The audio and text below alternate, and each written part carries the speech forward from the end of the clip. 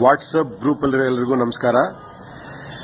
ತುಂಬಾ ಸಂತೋಷ. ನೀವೆಲ್ಲ ಒಂದೊಂದು ಗ್ರೂಪ್ ಮಾಡಿಕೊಂಡು ಒಂದೊಂದು ಗ್ರೂಪಲ್ಲಿ 200, 300, 70, 80 ಈ ಥರ ಎಲ್ಲ ನೀವೊಂದು ಗ್ರೂಪ್ ಮಾಡಿಕೊಂಡು ಈ ಪ್ರಜಾಕಿ ಅನ್ನೋ ಕಾನ್ಸೆಪ್ಟ್ನ ನೀವು ಡಿಸ್ಕಸ್ ಮಾಡ್ಕೊತಿದ್ದೀರಾ.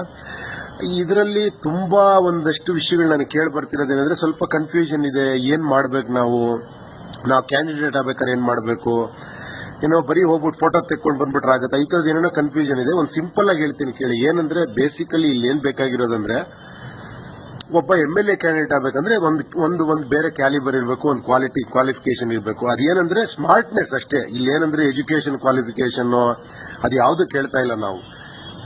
ಒಂದು ಸಿಂಪಲ್ ಆಗಿ, ಈಗ ನಾನು ಸಿಂಪಲ್ ಆಗಿ ಹೇಳ್ತೀನಿ. ನಂದೊಂದು ಹಳ್ಳಿ ಇದೆ ಅಥವಾ ಒಂದು ಊರಿದೆ, ಒಂದು ಏರಿಯಾ ಇದೆ ಅನ್ಕೊಳ್ಳಿ. ಆಲ್ಮೋಸ್ಟ್ ಎಲ್ಲರಿಗೂ ಗೊತ್ತಿರುತ್ತೆ ಇಲ್ಲಿ ಸಮಸ್ಯೆಗಳು. ಬೇಸಿಕಲಿ ಕೆಲವು ಸಮಸ್ಯೆಗಳು ಇರುತ್ತೆ. ಒಂದು ರಸ್ತೆ ಇರ್ಬೋದು, ಹಾಸ್ಪಿಟಲ್ ಇರ್ಬೋದು, ಒಂದು ಎಜುಕೇಶನ್ ಇರ್ಬೋದು, ಒಂದು ಸ್ಕೂಲ್ ಇರ್ಬೋದು, ಈ ತರದ ಸಮಸ್ಯೆಗಳು ಇದಾವೆ.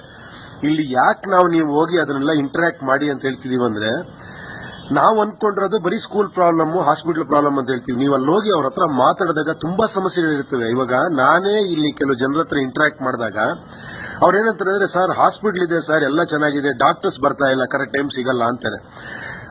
ಇವಾಗ ಈ ತರದ್ದು ನಾನು ಹೇಳಿದ ಒಂದು ಎಕ್ಸಾಂಪಲ್.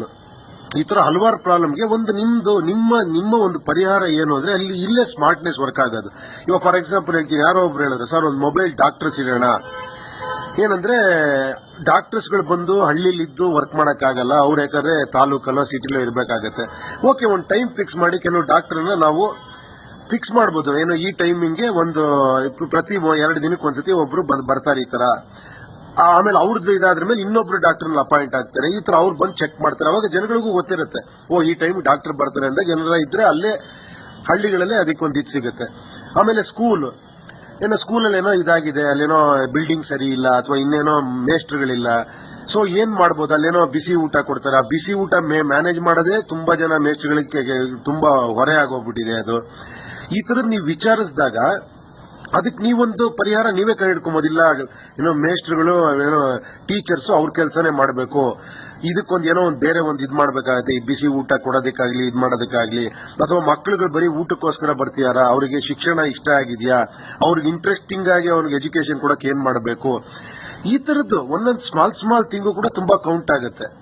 ಸೊ ಇದೇ ಮುಖ್ಯವಾಗಿ ಇದಾಗುತ್ತೆ. ಇದು ಬಿಡಿ, ಇನ್ನೊಂದು ಕೆಲವರಿಗೆ ಇದರಲ್ಲಿ ಎಷ್ಟೋ ಜನ ನಿಮ್ಗೆ ಇನ್ನೂ ಒಂದು ಡೌಟ್ ಇರ್ಬೋದು, ಏನಪ್ಪಾ ನಮ್ಗೆ ಅದ್ರಲ್ಲಿ ನಾವು ಕ್ವಾಲಿಫೈ ಆಗ್ತೀವೋ ಇಲ್ವೋ, ಏನ್ ಮಾಡೋದು ಅಂತ.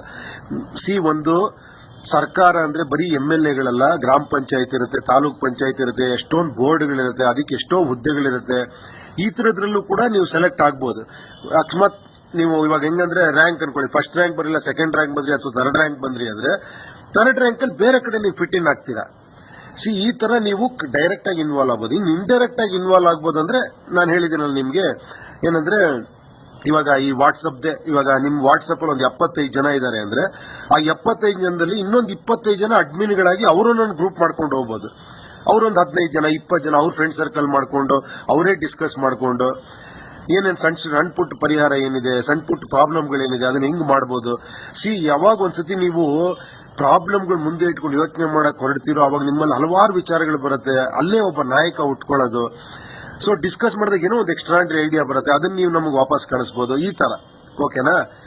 ಇನ್ನೇನರ ಒಂದು ಡೌಟ್ ಇದ್ರೆ ಮತ್ತೆ ನೀವು ನನಗೆ ಕ್ವಶನ್ಸ್ ಕೇಳ್ತಾ ಇರಿ, ಮತ್ತೆ ಇದೇ ತರ ವಿಡಿಯೋಲ್ ಬಂದು ನಾನು ನಿಮ್ಮ ಹತ್ರ ಮಾತಾಡ್ತೀನಿ. Okay, thank you and I am very very thankful for your support. ನೀವು ಇನ್ವಾಲ್ವ್ ಆಗಿರೋ ತುಂಬಾ ಖುಷಿ ಅನ್ನಿಸ್ತಿದೆ. ಎಲ್ಲರೂ ಒಳ್ಳೇದಾಗ್ಲಿ, ಒಳ್ಳೇದಾಗುತ್ತೆ. Thank you.